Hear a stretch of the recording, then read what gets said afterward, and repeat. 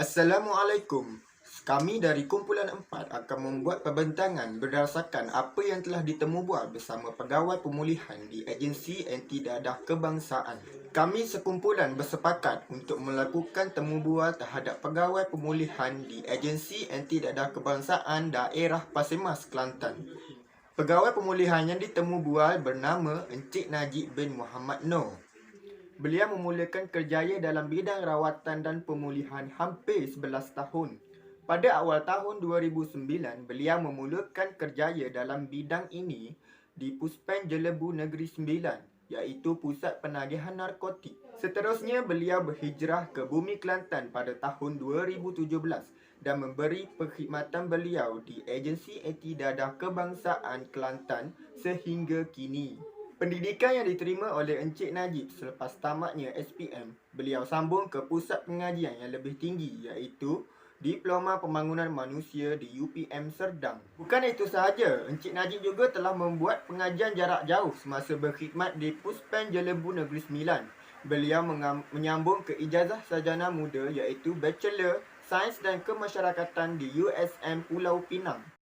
Melalui temubual dengan pegawai AADK, antara model rawatan yang digunakan untuk pemulihan penagih dadah atau orang yang kena pengawasan atau dipanggil OKP adalah melalui program kerjaya. Pihak AADK akan menjemput pihak KKTN atau Giat Mara untuk memberi sedikit maklumat tentang pertanian. Oleh itu, OKP akan mengetahui sedikit sebanyak cara-cara untuk bertani. Selain itu, pihak AADK juga akan mengadakan program kesihatan dengan menjemput pegawai kesihatan untuk memberi ceramah tentang kesihatan dan penyakit-penyakit yang berbahaya. Selain itu, turut diadakan program integrasi. Program ini diadakan adalah supaya penagih tidak berasa malu untuk berhadapan dengan orang luar. Projek yang biasa diadakan adalah seperti projek gali kubur, projek cuci surau dan masjid, kemudian integrasi masyarakat dengan pejabat belia dan sukan. Sesuaian model yang digunakan. Konsep program pemulihan dadah digunakan adalah pemulihan sepanjang hayat. Tiada expectation yang tetap untuk individu bebas dadah. Contohnya, 1,000 orang yang hadir program yang dianjurkan oleh pihak AADK, semuanya akan berubah.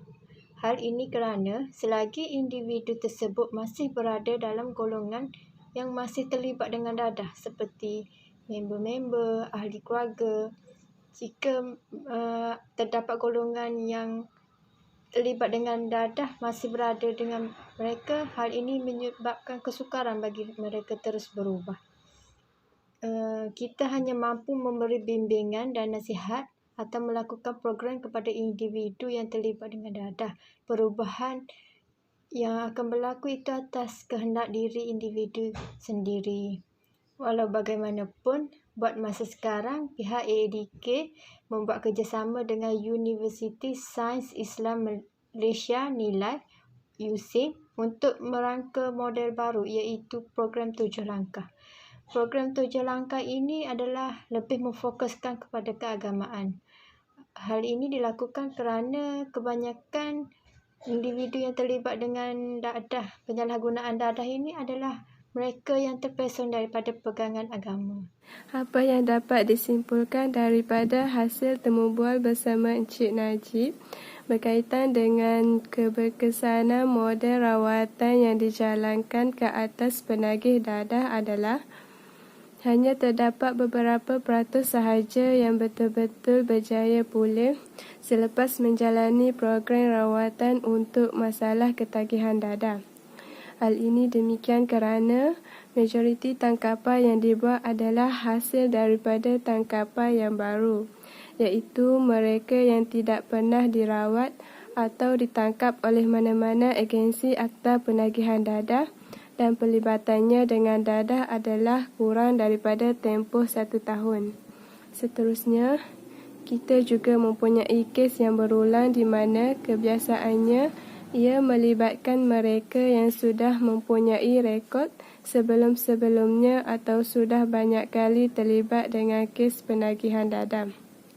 Selain itu, Cik Najib juga ada memberitahu berkaitan dengan kes yang baru dikesan di mana mereka sudah lama mengambil dadah iaitu kira-kira dalam tempoh 10 tahun, tapi sebelum ini mereka tidak dapat ditangkap dan dikesan.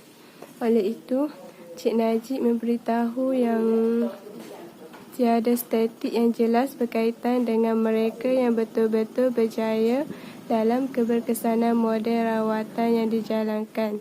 Beliau cuma boleh menganggarkan hanya 10 hingga 20% sahaja yang betul-betul berjaya daripada hasil model rawatan yang dijalankan tersebut. Cabaran pertama yang dihadapi oleh AADK dalam mengendalikan program rawatan pemulihan bersama OKP adalah dari segi kekurangan pegawai.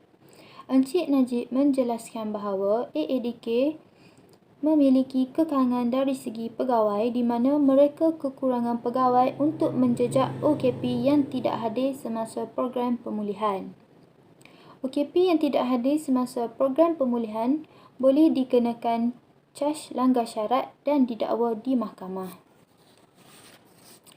Cabaran yang kedua ialah tahap profesional, ilmu dan latihan para pegawai untuk mengendalikan program pemulihan bersama OKP. Hal ini kerana sebilangan besar daripada pegawai yang ada adalah masih tidak mencukupi dari segi latihan.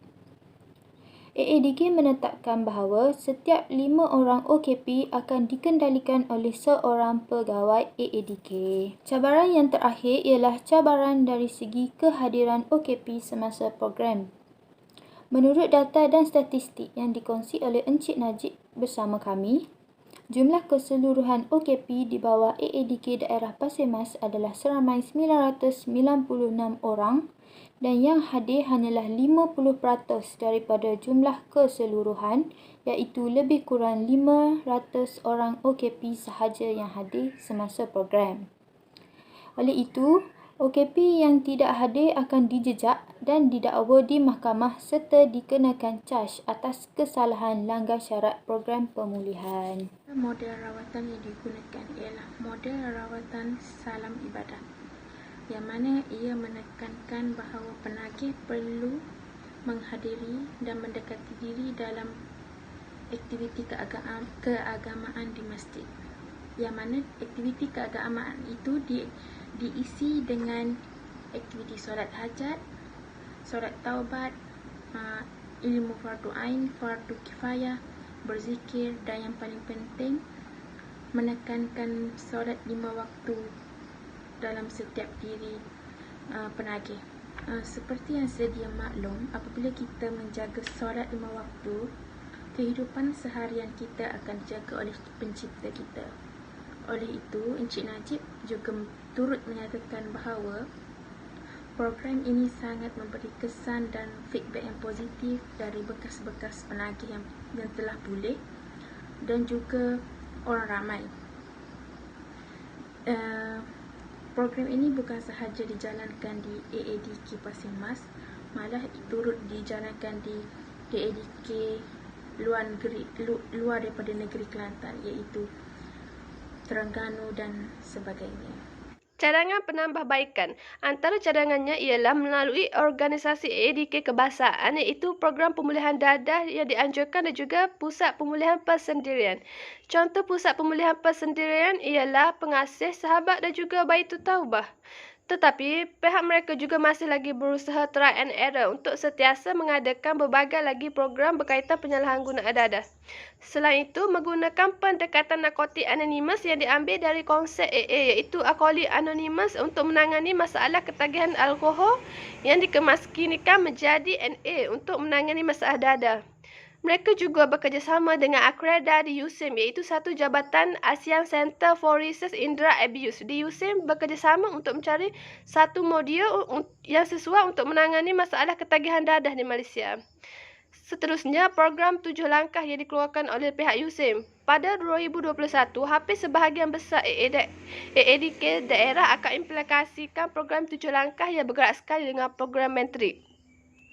Setelah itu, pihak AADK juga melancarkan program iPulih sebagai inisiatif untuk menambah baik modul rawatan dan pemulihan dalam komuniti bagi penagih dadah dengan melaksanakan penjenamaan semula bagi terma orang kena pengawasan OKP kepada klien. Selain itu, AADK juga sedang merevolusikan penyampaian perkhidmatan supaya lebih memenuhi keperluan dan kepulihan kumpulan sasar dengan menyediakan program serta prasarana berbentuk lebih terbuka, bersedia dan selesa dalam mendapatkan perkhidmatan rawatan dan pemulihan. Sebagai rumusan, rawatan-rawatan yang digunakan oleh agensi anti dadah kebangsaan di daerah Pasir Mas, Kelantan sedikit sebanyak telah membantu individu-individu yang menyalahgunakan dadah kembali pulih dan dapat hidup ke arah yang lebih baik.